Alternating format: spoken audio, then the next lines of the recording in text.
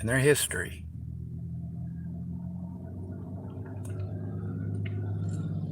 Jackie McKenzie has a history of violence against men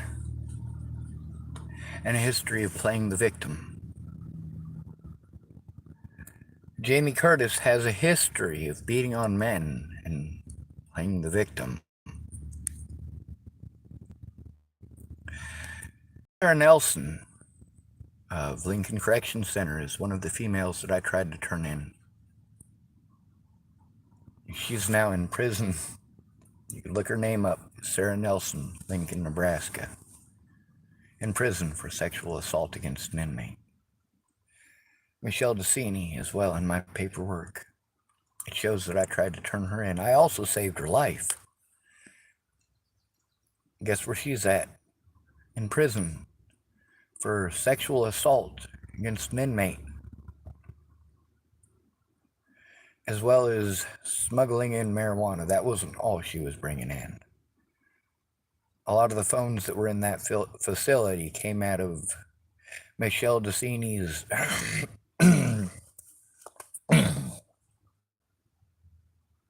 female prison pocket. Okay, so let's move along now, right? We got lots of predators to cover. We've also got physically violent predators, of course. Jackie McKenzie, history of violence against men and blaming men. Men taking the fall. We've got Harley Richmond, history of violence against, well, at least one man that I am aware of. And since those things that could have killed Dallas bounced off the walls, thank goodness you missed him. Thank goodness they also narrowly missed me. Not all of them, most of them missed me by a long shot. The harder it was and the heavier it was, the more likely it was when she threw it that it was going to bounce and possibly hurt someone or kill them. Hopefully she's done with that. Hopefully she's done getting drunk and violent. Then we've got Michelle Quinn. Michelle DeCini, Michelle Quinn, and Sarah Nelson are all people that Scott DaCosta was able to utilize. People that Scott DaCosta told that I was schizophrenic. So they knew that they could victimize me and get away with it. I'm not going to go into details about the situation with Michelle DeCini. Not too much anyway, and not too much with Sarah Nelson, because there's a possibility that they might be able to seek more prison time for those women for what they did to me.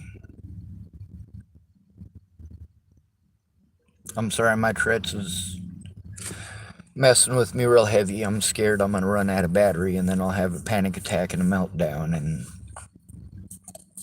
I'll get treated like I'm a violent schizophrenic. Not cool. Michelle Quinn was the Cheyenne County Sheriff when she beat the hell out of her girlfriend. That's right. Women can be predatory too. Women can be physically violent too. Tammy Mensher for surely has a history of violence against men. She got away with it. Jamie Curtis got away with it. Jackie McKenzie got away with it. Jamie Curtis told me about her best friend Sam in Colorado Springs, Fort Morgan, who had raped her when they were children. Her friend Samantha.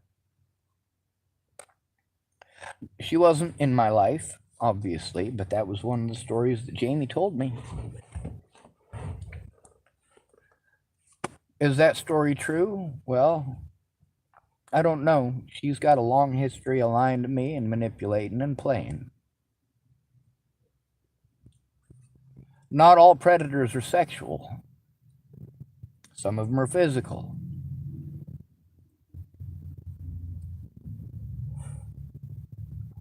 Some of them are mental. Some of them are completely fucking mental. Michelle Quinn, what did she get in trouble for? for assaulting the fuck out of her girlfriend. And while the the Nebraska State Patrol wanted to tell me it wasn't their job to police the police, really, they have shown me time and again that that's a goddamn lie. That is a fucking lie outright.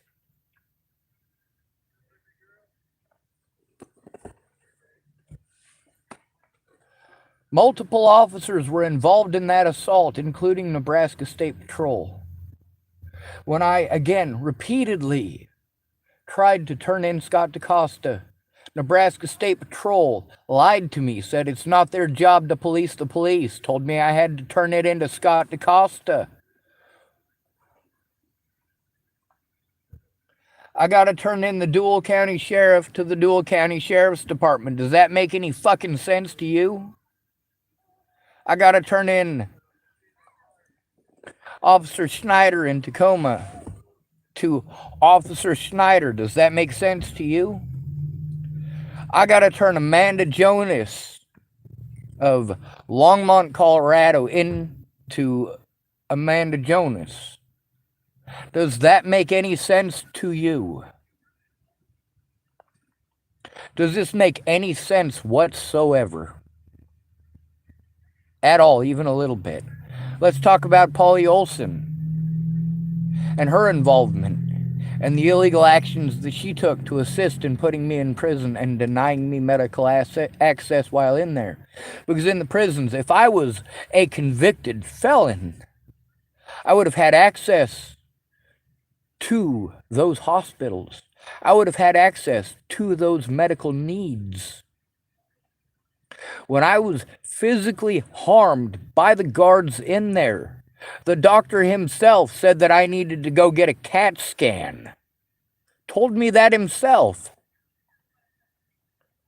He also told me that Dual County probably wasn't going to pay for it because as a county safekeep, I don't have the rights of a convicted felon. They have to ask Dual County for permission. Who was on the commission that got to decide? Polly Olson, Jared Hahn. That's right. Polly Olson is on her way to prison now for stealing $18,000 from the citizens of Dual County. I told you how corrupt they are, but you didn't want to listen. Meanwhile, that $18,000 pales in comparison with the over $100,000 that it cost just to incarcerate me for 7 months. To utilize multiple jurisdictions. And I can't bring up how I was treated in any of those jurisdictions. I have to travel to those places to turn them in and worry about being victimized for trying to turn it in. They told me I had to turn in Michelle DeCini to the Nebraska State Patrol. That I had to turn in Guard Munson to the Nebraska State Patrol. That I had to turn in Guard Bundy to the Nebraska State Patrol. That I needed to turn in Sergeant June to the Nebraska State Patrol. And I had to go to female predators for help with this. Does that make sense to you? I got to go to Sarah Nelson to try to turn in these people because they're not allowing me access to the Nebraska State Patrol. I'm told to go to Miranda Knutson or Sarah Nelson, and I even tried the prisoner back channels to try to get to Sarah Nelson to let her know what was going on. We had the peer support. That's right. The man that she sexually assaulted was likely part of that peer support group. That allowed her individual access to male inmates often and frequently. There is a possibility that it was ongoing sexual contact with a very specific inmate, and I've got his name written down. We got a lot of stories to tell about him. So you get to see that Michelle Quinn was actually violent and I wasn't. Michelle Quinn was actually violent, actually predatory. And Scott DaCosta got to use her and her department to deny me my rights. Scott DaCosta got to tell her that I was schizophrenic. Well, maybe she didn't remember that when I was released from jail prior over a crime I didn't commit. She's the one, because Dual County's jail is not in Dual County, it's in a different county, a different jurisdiction.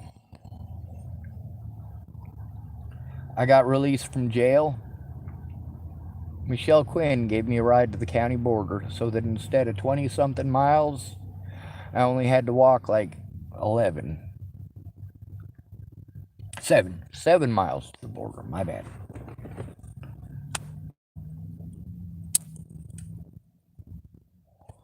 But the things that her and her deputies did were illegal, highly illegal.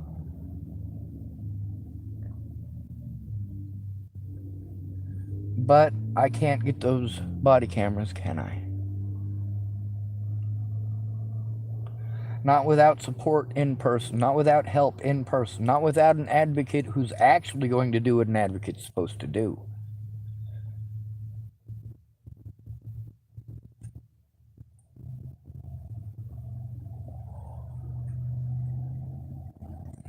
There's a lot of women who are predatory. Cara Rogers, what she did was predatory. Kara Johnson Miles, that was extremely predatory. Danica Garner and Rochelle Shelley Campbell, highly predatory. Shannon Alvarado was just verbally abusive, and as long as I didn't stand up to her, and her boyfriend did, he was the one who was going to take it.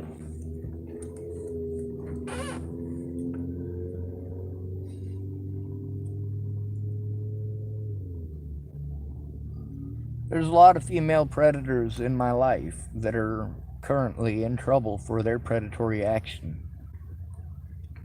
What Polly Olson did to the citizens of Dual County was predatory. What Scott DaCosta has done to the citizens of Dual County is predatory. What the Nebraska State Patrol has done to the citizens of Dual County is predatory. What Michelle Quinn did was predatory. What her deputies did was predatory. You see plainly and clearly that my predators can utilize any jurisdiction they want because they have badges and guns.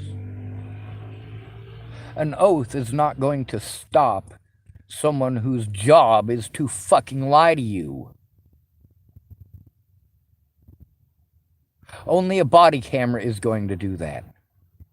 You give them too much trust. They did not earn it. They do not deserve it. Just because someone is a homosexual does not mean that they can't be predatory. Just because someone is female doesn't mean they can't be predatory.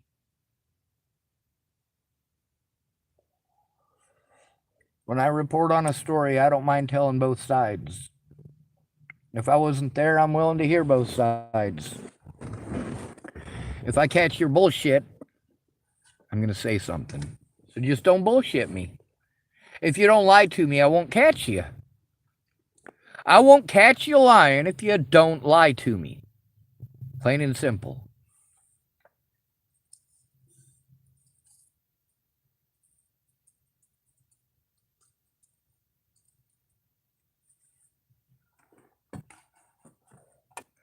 People wanted to get pissed off because I said things that I had already recorded. And when they wanted to call me a liar, I posted up the recording. When they wanted to say I slandered their name, I posted up the recording. Don't fucking lie to me, bitch! You will be the celly who sleeps on his belly, or hers. I threatened these people with court because they did illegal things, and they continued to do illegal things, and they got busted doing illegal things because they continued to do illegal things, and then you, even after their convictions, want to pretend like I'm schizophrenic and making these things up. Even after Marcia Estrada, and that's recorded loud and clear, stated loud and clear that I am neither schizophrenic nor delusional. And the prisons themselves multiple doctors within the prison who saw me frequently and often forced me into a different pod. Why did they do that? Because I wasn't schizophrenic or delusional. They couldn't legally keep me in C2. Dr. Ted Hill made sure that I was shipped out of C2. He knew that I was being abused by the guards. Fuck yes. Go Ted Hill. Power to the poop hole. It wasn't just Ted Hill who said that I wasn't schizophrenic and wasn't delusional and was pissed off that they were lied to. Dr. Sears verified that I was not schizophrenic or delusional. Dr. Urata also had to agree with both Dr. Sears and Dr. Ted Hill's assessment of that in order to ship me out of C2. That is 3 fucking doctors right goddamn there. 3 of them. Can you imagine that? Being sent to prison and victimized as if you were a schizophrenic. And none of the words of any of the doctors in there mattered in court. They still wanted to pretend I was schizophrenic, didn't they? When I told you that Scott DaCosta was running around town telling people I was schizophrenic, and of course Zach Richmond verified that. Jennifer Richmond can verify that. And one of my predators, her very own father. That's right. Pastor Rod Bright. A man I had spoken so highly of. That others had spoken so highly of. Where's that recording, Rod Wright? You helped a lot of predators get away, both male and female. I gotta stop for a moment. There's the racist asshole in the dolphin. If you want to pretend I'm schizophrenic for saying he lives in a dolphin, it's not a literal dolphin.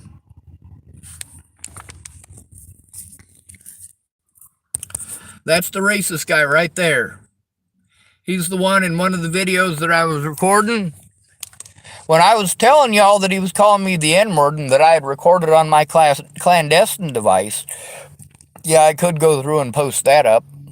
I really could. I could take the time to dig through them and find that one and post it up for you.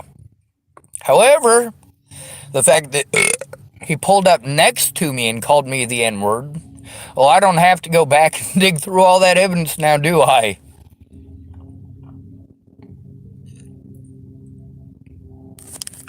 That's the old man right there. You see the guy in the red cap? That's not him.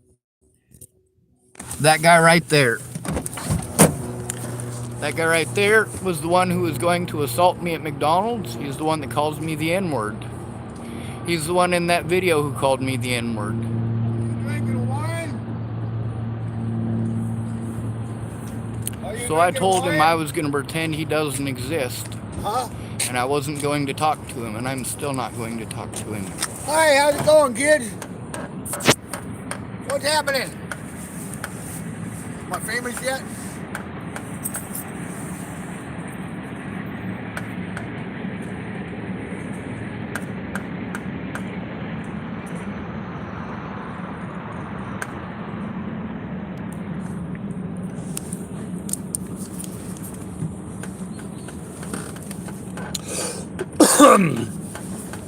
Not all predators are female either.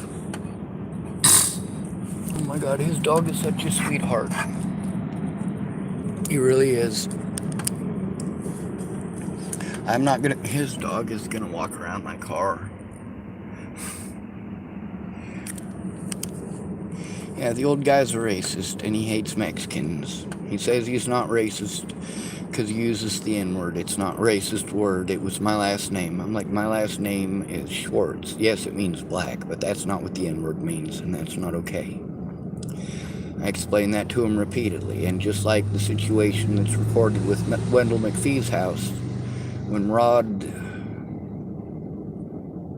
Hickey, something like that, when I told him I was uncomfortable with that word and I didn't like that word, he used it even more and more and more and more and more.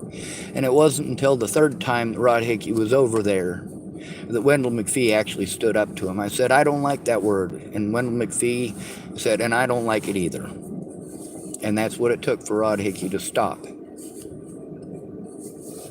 It wasn't my house, so I couldn't kick him out if he wouldn't knock his shit off. But Wendell could. That's the thing about being in a subservient environment. In Wendell McPhee's house, Wendell is God. Wendell is president. Wendell is emperor. Wendell is king. It's his house. It's his rights.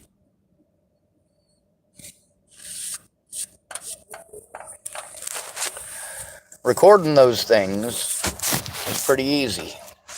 Digging them out isn't, which is why it's great when people, well, in my recordings, things, especially in those phones that were lost, one phone was lost. The others were stolen. And the evidence from those phones, you know what?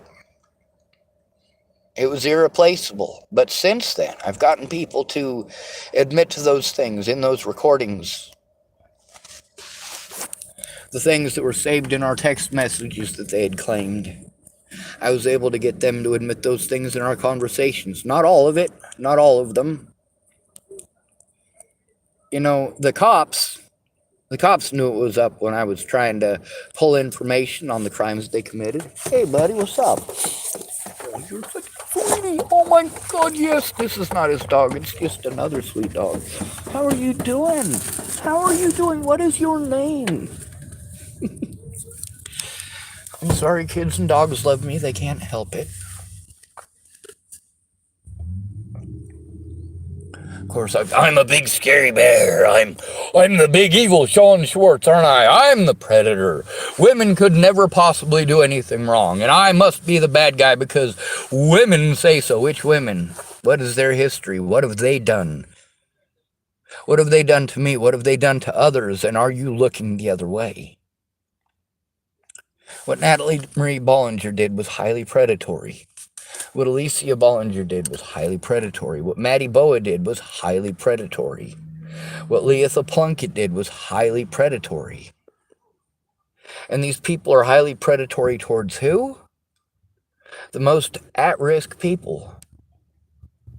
People who do not have access to record it for themselves in the facilities that they're in don't have those audio recordings. They help the predators to get away. They help to protect the money of their corporate sponsors, the people who own the place, the big money people. The laws protect those people. If the victims of these officers can't prove that those officers were antagonizing them, especially on the mental health ward, C2, that is the worst place in the prison to go because you've got highly predatory individuals who have those jobs. All of the people on C2, every single one of them, there is not a single staff member that works on C2 that does not take advantage of the fact that those are people who are called mentally ill and you can victimize them at any point in time. Now with Ted Hill and Dr. Arata as well, Dr. Ted Hill, Dr. Arata, Dr. Sears, are you seeing a pattern here? See, we've got officers diagnosing me as schizophrenic and doctors, well, pissed off because it's bullshit. Of course, all three of these doctors broke the rules as far as the prison goes.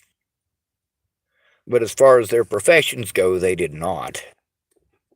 between just assuming I was delusional and looking these things up about Natalie Bollinger, Ted Hill went above and beyond by far, but also he is an educator.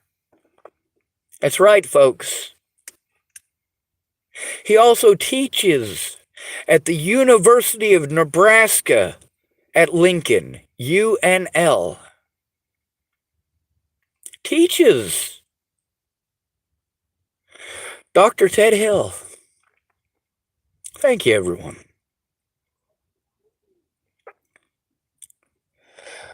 So with them, those 3 doctors, and what they did by shipping me out of C2,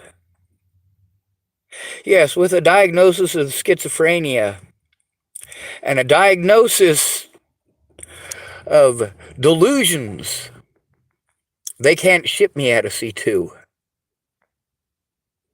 especially not as a county safekeep. So with Scott DaCosta spreading rumors around town, I told you it was a matter of destroying my name. The fact that they had to drop the charges against me with all 4 of the people I was trying to turn in. They had to drop the charges against me from lack of evidence in all 4 cases. Boy, oh boy. At least 11 times in Chapel, Nebraska. They just couldn't make that shit stick.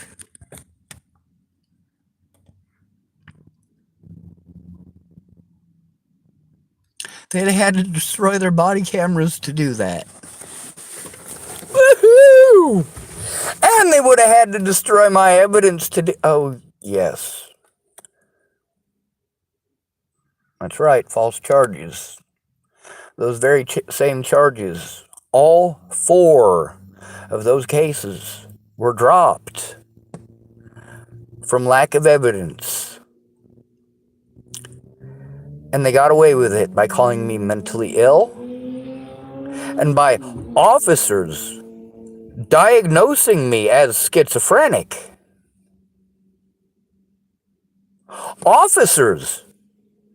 Dual County Sheriff Scott DaCosta cannot diagnose me as schizophrenic. Officer Amanda Jonas of Longmont, Colorado cannot diagnose me as schizophrenic. You can't make this shit up. Well, I suppose you actually could. Those of you who say I'm an asshole, you don't know me in real life. When I was in a subservient situation, no matter how scary it was, I understood fully that I needed to sit tight and take the abuse. I needed to just sit tight. My evidence is important. If I just sit tight and try to find another solution, and I don't say anything while I'm there about the abuse. Well, I did try. I got snapped at. I got the whole, well, I'm doing all this, and this for you. Well, thank you. I admitted the things you actually did. The things positive you did for me. I admitted all of those things.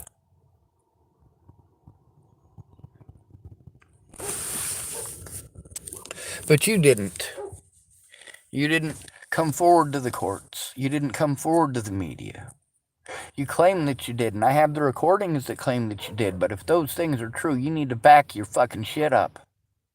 Are you a fucking liar or no? Did the cops lie or did you? Did your grandma really fucking die or did you fucking lie to me? Did you lead me on for months and months and months and just tell me one bullshit fucking lie after another?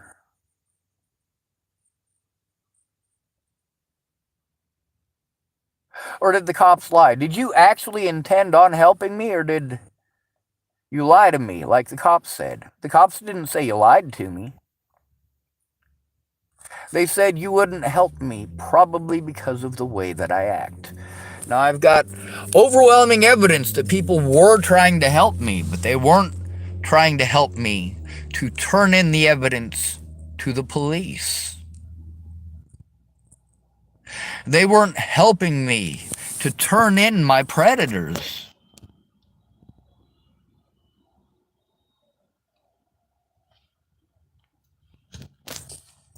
Now, that old man over there was going to assault me in Starbucks over lies. By who? The local police department and one of the local sheriff's deputies. Right here in Hood River, these tactics, I told you, they're nationwide. What did William Barr do? Did he show the truth, the whole truth, and nothing but the truth? No, he intentionally misled the situation. And because he took me to court, he has now committed felonies. Because it's not just false reporting, it is also false imprisonment. False imprisonment. I hope I said it slow enough for you dummies who didn't understand the first time.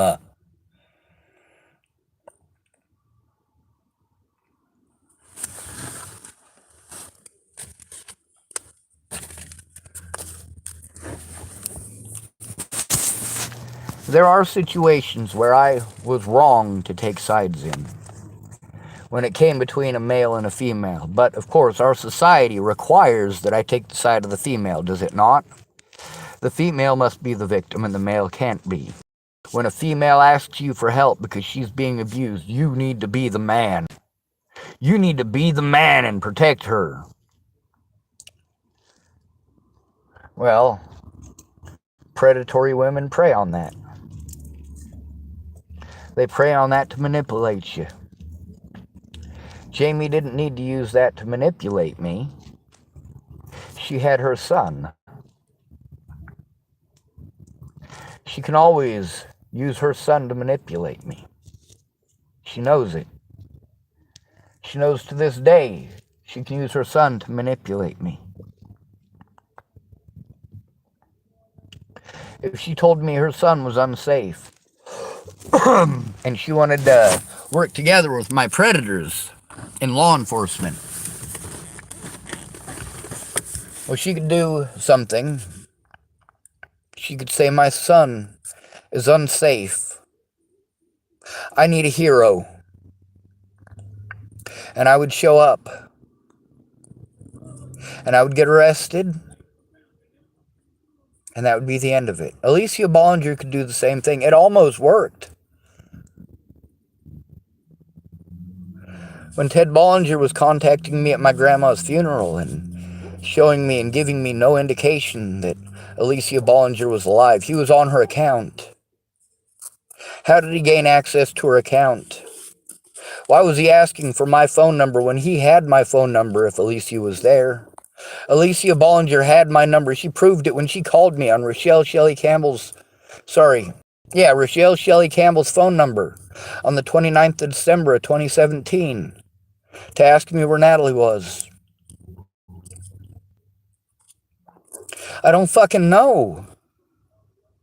I didn't ask where she was for over a year. I didn't care about her personal business. I didn't ask any of that. How would I know?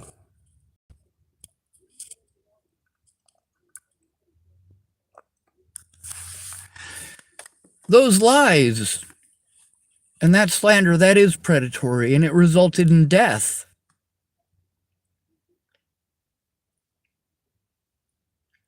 What Natalie, Maddie, and Alicia didn't just result in Natalie's death.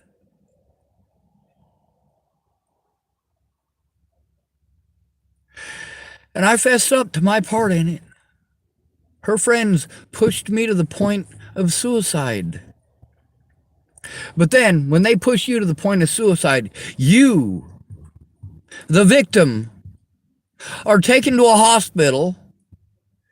They say you have suicidal ideations and, of course, drugs. You're trying to turn in your predators, and that is how you're treated? You literally have to self-harm. In the prison, I literally had to self-harm to get their attention.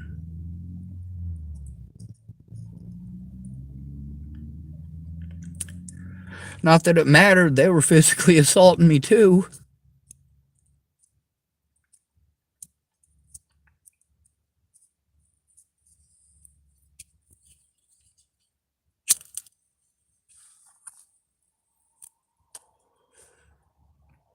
Let me tell you about another sexual predator. You know what? And I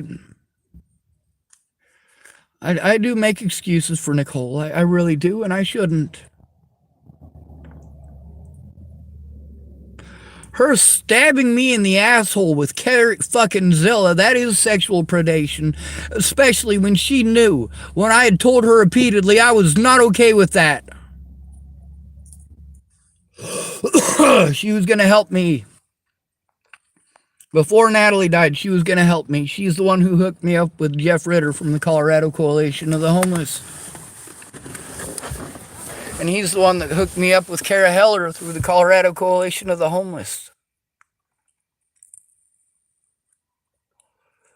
All of these women that I went to for help that chose to backtrack instead. Marcia Estrada, that's predatory behavior. The things that Penny Cooper did are absolutely predatory behavior. Now, who are they predatory towards? She's protecting her coworker. Marcia Estrada is protecting Penny Cooper. Penny Cooper is only protecting herself. But they're accepting money from the United States government for doing jobs that they didn't do. They did not advocate for me. They did not assist me in the preparation of the paperwork required and necessary. Penny Cooper let me know outright she wasn't going to do her job, even after Marcia Estrada assured me that she would.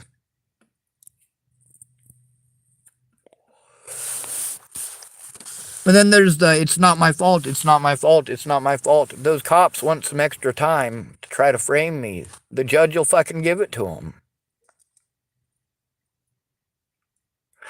My predators in law enforcement have access to the evidence of their own wrongdoing. And as long as they can continue to press charges against me and use that as an excuse,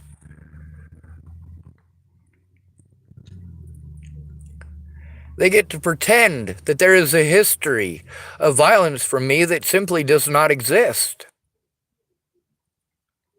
Where are all the people that I got physically violent with? Where are they?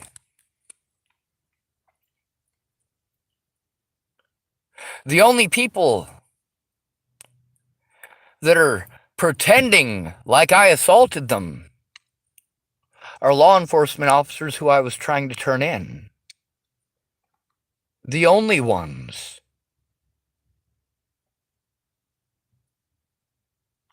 Oh, and hospital staff who are assisting them.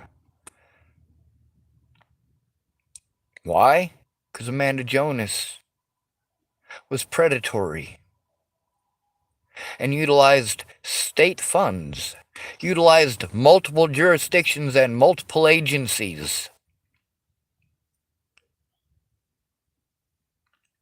so that she could cover up her crimes and prevent those crimes from biting her in the ass.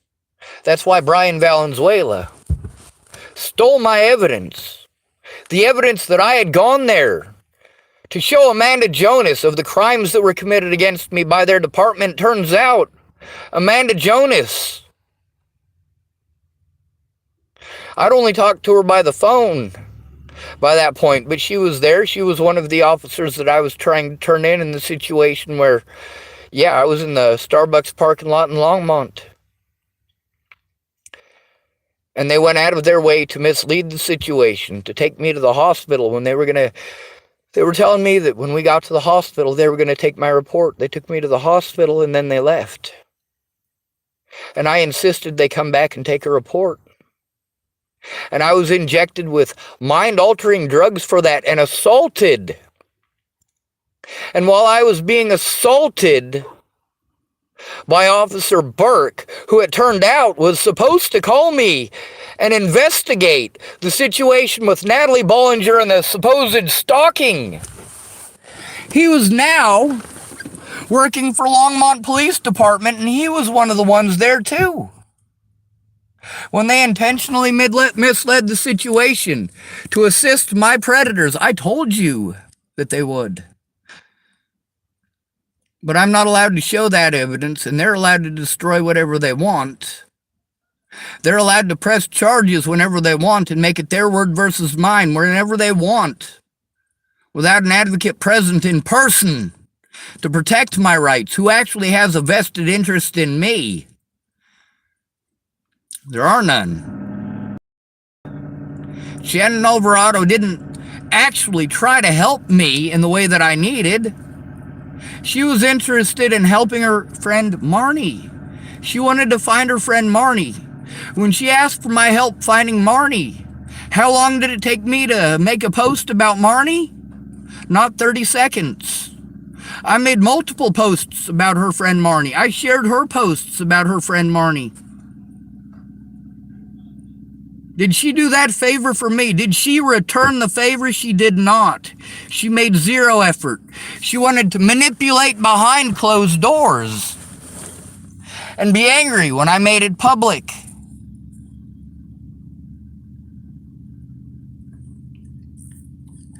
And just like nearly all of the predators I told you about, including the old man there, I told you that he was calling me the N-word.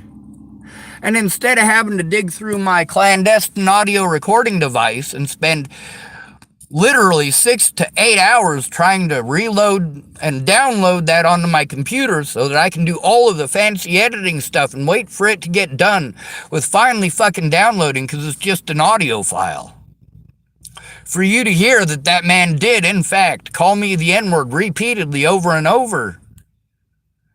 Well, I got lucky. Well, I was making a video the other day. He wanted to call me the N-word again. Loud and fucking proud.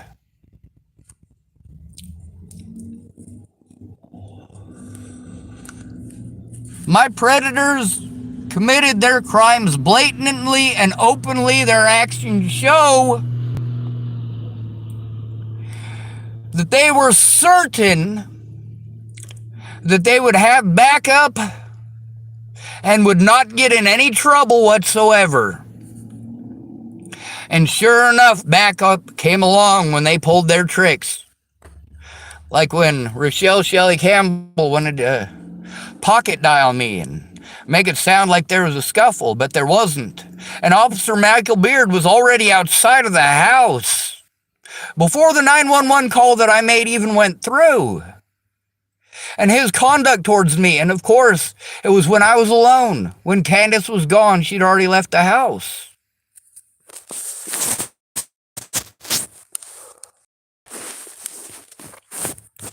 The next day, Officer Michael Beard, that very same officer, like I told you, officers across the state of Colorado took part in this. That very same officer intimidated Candace Bondurant not once but twice. And her landlord threatened with throwing her and her daughters out in sub-zero temperatures. It was literally sub-zero. So even though these people were predatory towards her, I was the one who took the consequences. I'm still the one taking the consequences.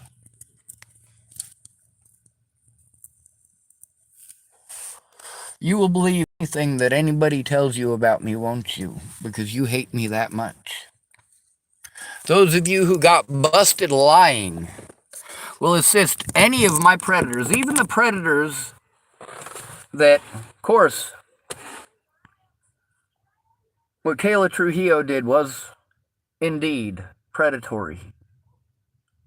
What Alyssa Rainwater did was indeed predatory. If they had no intentions, they shouldn't have made the promises.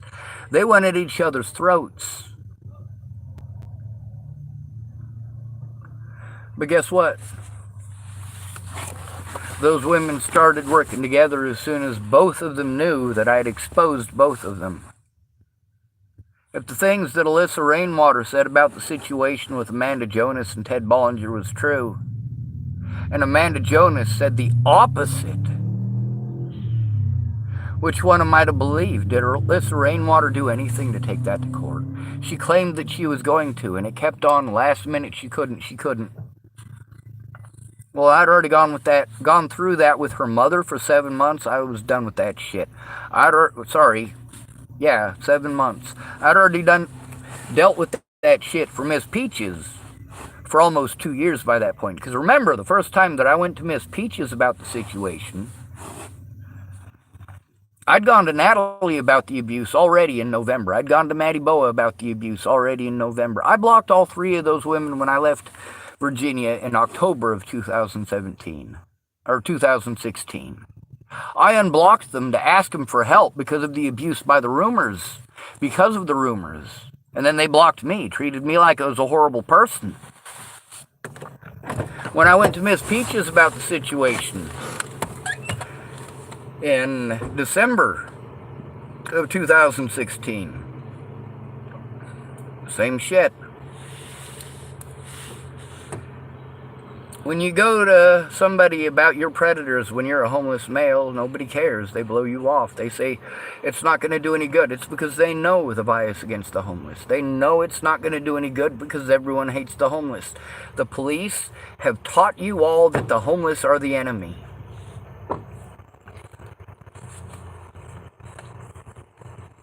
And you eat it up as if it were fact. It's not just men who are predatory, it's women who are predatory as well. But if a woman who is predatory, like Jackie McKenzie, gets physical with someone like Sean Jepson goes to jail. If a physical abuser like Tammy Mensher beats the shit out of Christopher Tapp goes to jail. If Harley Richmond assaults the shit out of Dallas Richmond, yes, his fear of calling the police is legit. He has to worry that he will be the one arrested. And of course, it's not manly. Oh, that motherfucker is now being an asshole with a fucking flashlight. Just being an antagonistic fuck, isn't he?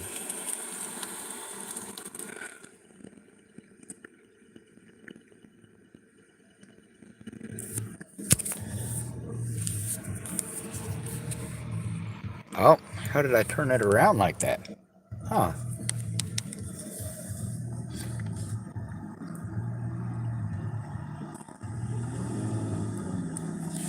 What an asshole. Oh, that button. Wow, yeah, I can do it in the middle of a stream. That is so cool. Learn something new every day. News break. Police officer who took... Oh, damn. They pop up little notifications for news breaks all the time. Sometimes it's the police. Sometimes it's these school shootings. Sometimes it's missing people. Usually white kids. All right, so... This is a pretty long video.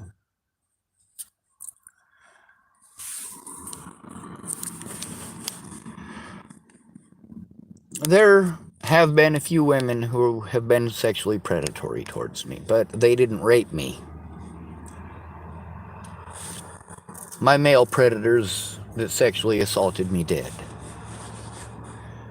And I suppose if Ventus can call getting his genitalia grabbed sexual assault, I can consider Nicole Jarrell trying to shove Carrotzilla up my ass sexual assault.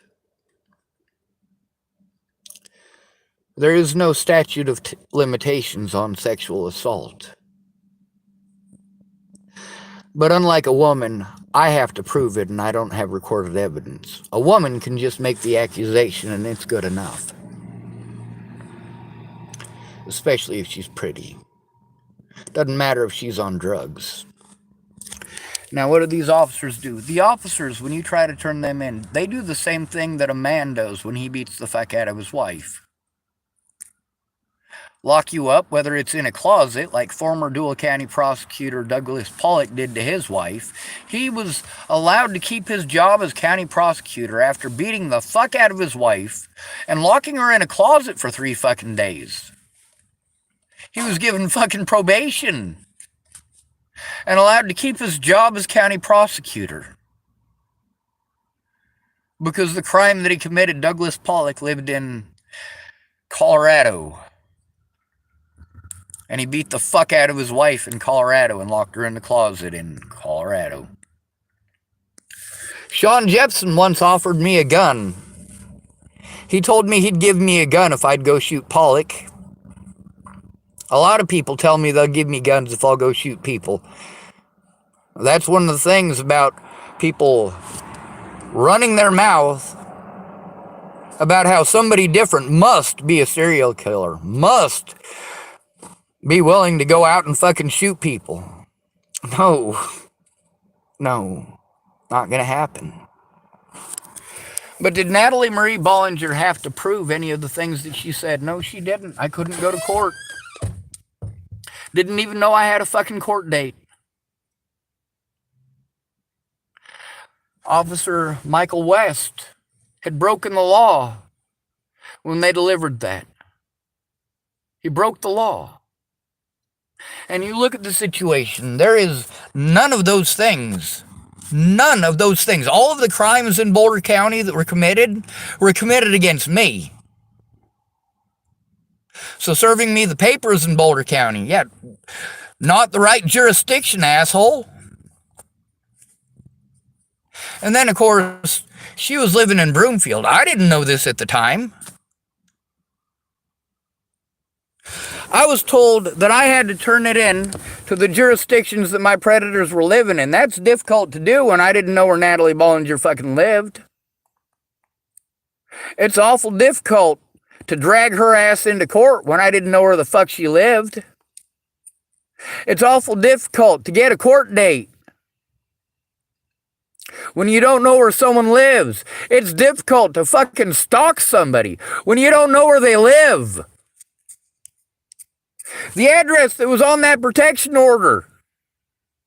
You look through all of our communications between me and Natalie Bollinger. There's no indication from her or anyone that she was anywhere other than Virginia. Zero. Until that protection order. And I was pissed off when I was handed that. Because with all of the efforts that I'd been making to jump through all of those hoops, and Natalie Bollinger was allowed to get a protection order against me. Without me even being present, she was able to get a protection order against me all the way from fucking Virginia. And guess what? Turns out she wasn't even in Virginia. She was in Broomfield. I wasn't in Broomfield. I wasn't even in that fucking county. Out of all of the times that I tried to get a hold of her and ask her for help, none of it happened in Broomfield. I never messaged her from fucking Broomfield. Ever. I never asked her where she lived. I didn't ask her who she was hanging out with. These are traits of a fucking stalker. I don't fit the fucking criteria of a goddamn stalker.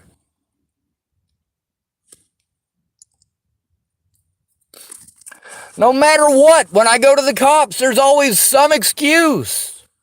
I've got verification from other people. The reason that I believe their stories is because the same thing that the cops told me, the cops told them. Some of these other ones who claimed to turn it in, the cops told them the opposite of what they told me. I mean, all these people telling me different shit. Which one am I supposed to fucking believe?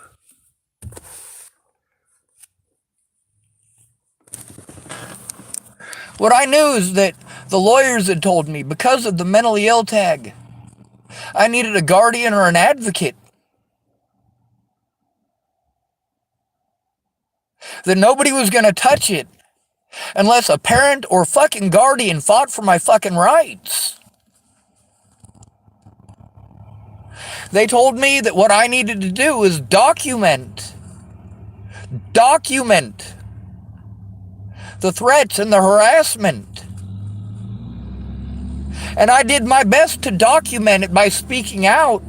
I didn't know how to take screenshots. I didn't know how to do those things.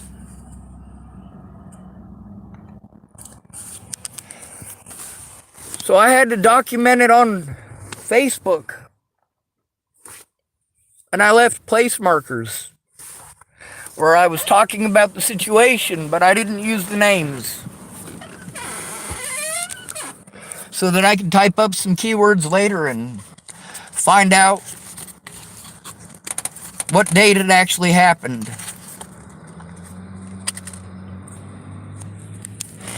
So that I could look at it and see what date individual assaults and threats and harassment happened. Or when I was treated a particular way by a very specific individual. Now, in each of these cases, they're not all the same individuals, but I didn't want to throw their names out there on Front Street, as Desiree puts it. And she always says, you just need to put it all out there on Front Street. I fucking did, Des. You goddamn right I did. When I walked into my apartment, after having to deal with all of that bullshit that was constant over there with Amy and Andrew Witchers in Sydney, Nebraska, and I got home and I opened the door and there's Desiree and she's stark ass naked and she screamed at me. Oh, I closed the door and turned around and left. What's the right thing to do in that scenario? Not stick around, that's for sure. Get the fuck away. Like when Natalie Bollinger wanted to pretend that I was stalking her in Virginia, I drove 1,700 miles to get the fuck away from her. Holy shit, you guys have no idea. That's a stalker behavior? Is it really? Driving 1,700 miles away? Refusing to go see friends who are in the state just south because you're afraid that being that close? Yeah, I didn't want to scare Natalie and her fucking family. I wanted to be left the fuck alone. I left the situation. I walked away. I let it go. And it followed me.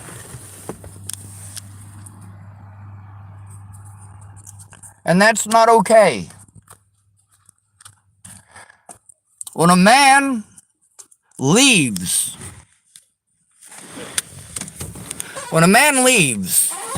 and drives 1,700 miles to get away from you and blocks you on Facebook, that's a pretty good fucking indicator that he doesn't want to have anything to do with you.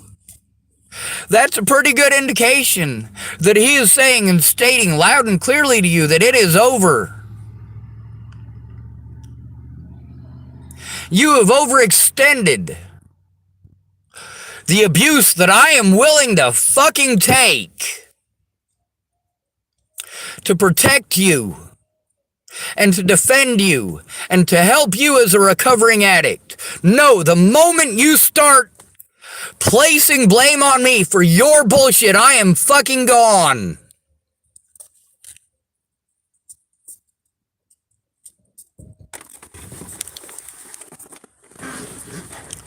I will not take that kind of abuse. But then again, I actually have, haven't I? I've taken a lot of years of it. And why did I take years of it? For the protection of my fucking loved ones. I did everything that I could so that I could get assistance, because a homeless male A homeless, disabled male is not hurt. I needed the developmental disability paper. That's what they care about. They care about on paper. But then again, when Graham Milborn wrote it down on paper, what did those officers say to me? Well, how do we know you didn't write that?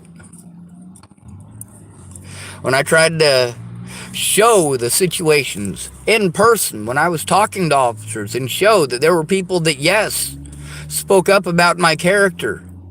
Well, how do we know that's not a fake account? Well, some of them put their numbers in it, so you can call them. You can call them. Those officers literally made zero effort to try.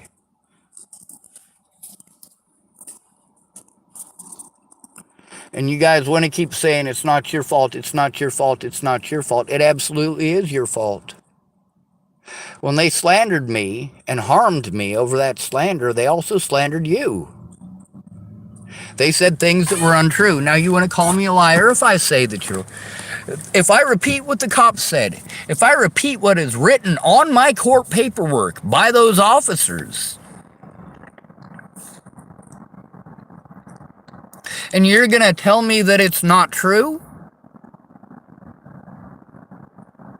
You're going to tell me that it's not true when I repeated what the officers said, but you made no effort to contest those officers saying it. After the fact, after you'd spent all those months and months making excuses why you couldn't do it, why you couldn't come forward, that you were gonna, but it just never happened. You helped my predators to get away with it by never coming forward. If you care about somebody, you're not going to ignore them when they come to you for abuse. You are not going to blow them off for months and months and months while people's memories on the situation deteriorate and while evidence is being destroyed, while innocent lives are being taken. I used to rescue people. That's what I did. That ability was robbed from me. Anna Hunka is dead because I couldn't do what it is that I used to do. I couldn't help Anna Hunka in the way that I had helped Jamie Curtis. I couldn't help Anna Hunka in the way that I had helped Natalie Bollinger. I couldn't help Anna Hunka in the way that I had helped Shauna Verbis. Sorry, it took a few seconds to remember her last name.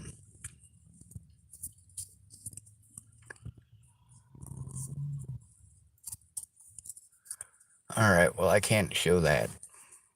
The man just exposed himself to me. I glanced just enough to notice he was naked. I didn't see the size of his whatever. I don't know what color his pubes are. Don't ask me. So now I'm looking out this window so that I don't see nudity from a sick old fucking pervert who keeps calling me the N-word and antagonizing me.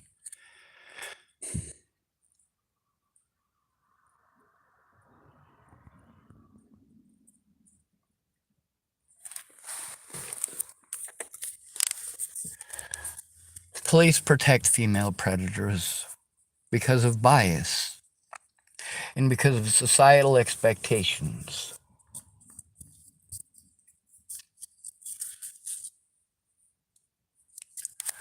I've yet to see any evidence of sexual assault against anyone from me.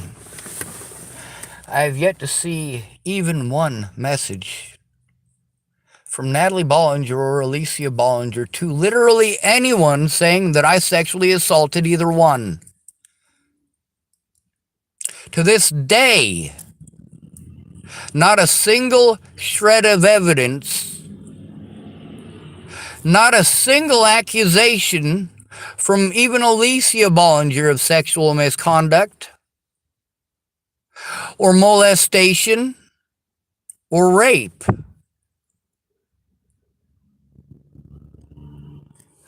I literally spent 0 time alone with Natalie Bollinger. Oh, there he is, still naked, and he was pointing his... Oh, he turned around.